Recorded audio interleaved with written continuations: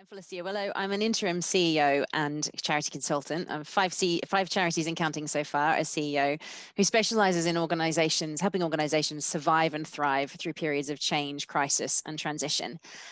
Frankly, charities aren't very well designed for crisis management. Being headed up by a voluntary group of trustees can make decision making a bit slower, potentially more cautious, and authority lines can get complicated. So in situations where potentially the CEO has left, where they're struggling to handle the situation, or where potentially the CEO is part of the problem, it can be really useful to bring in an interim CEO to manage the situation. And I have 5 steps that I'd like to go through about how I approach it in such situations.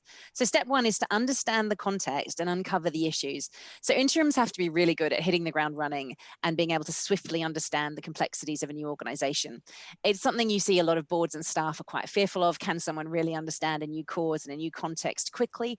But actually interims bring that fresh perspective, the varied experience, and the ability to do this really quickly that can really help an organization cut through a crisis and figure out what's going on.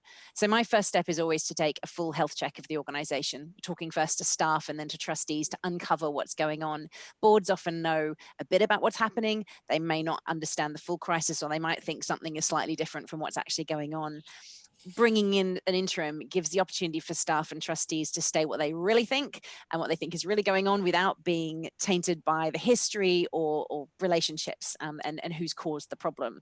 So this means as an interim, I can really come in and find out what's really happening, and also give that confidence that someone is listening and is going to take steps to make things happen, which really helps bring that trust and confidence that things are going to change. Step number 2 is to establish a clear plan of action. So following that health check, I like to go back to the board with a really clear plan of what I'm going to do with the time that I'm there, and also potentially the tasks that will still need to be done, but potentially might be more appropriately done by a permanent CEO. And that's something that might be a movable feast depending on what the recruitment plan is in that organization. Step number 3, I know a lot of people tonight are talking about communication, but it is absolutely essential in a crisis. And communication is often an area that the charity might need help in if they're going through a difficult situation. It's about 2 things. Firstly, about having lots of different ways to communicate, making sure you have both formal and informal ways to share ideas, to ask questions, to interact with each other, but also that culture that means people know that they can and that they feel that their thoughts are going to be listened to. Things like one-to-ones are still essential. Regular SMT meetings and team meetings are still essential. And really using that opportunity to tell people everything you possibly can about what's going on to make sure that they feel less anxious. They help them to buy into the change that might be happening and really ensure that their essential ideas and contributions are taken into the mix when you're deciding what to do next. And similarly with the board, it's about keeping in close contact. I like to keep in touch with my chair at least weekly, but also going back to the full board and making sure that they know what's going on, because it can be quite intimidating and insecure to know that someone's coming in and you're not sure what's happening. So really keeping that communication channel open. Step number 4 is about staff well-being. Obviously, working in organizations in a state of flux or crisis, staff well-being has to be at the forefront of what's going on. Burnout and stress, as I'm sure you all know, is really common in charities. Charity staff and people are amazing people. They really care about what they do, but they do have a tendency to take on too much in a crisis and feel that everything is on their shoulders. So making sure that if you're going through a stressful situation, that you're looking at the staff individually as well, and you know what's going on with them, and that you're doing that communication and the support and the changes that might be needed to help them through as well. But at the same time, which brings me to the 5th point, be prepared to make the tough decisions.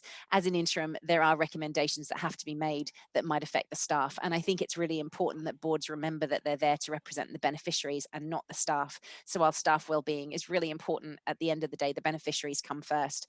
And an interim can really come in and cut through a lot of the history and the relationships and say, this is what needs to be done. And those decisions might be things like making half the team redundant, pausing or cancelling projects, cutting programs. In one situation where I wasn't an interim, but I was a crisis advisor, I had to advise a charity to wind up. And these big nuclear drastic decisions can actually be really obvious in hindsight looking back. But if you're involved in it and you're deep in the issues, it can be very hard to see at the time. And that's something that an interim can really bring. So the 5 points, as I've gone through, is get a swift and well-informed review of the problem, put a plan in place, ensure you've got both the avenues and the culture to communicate effectively, look after your staff well-being, and be ready for the tough decisions.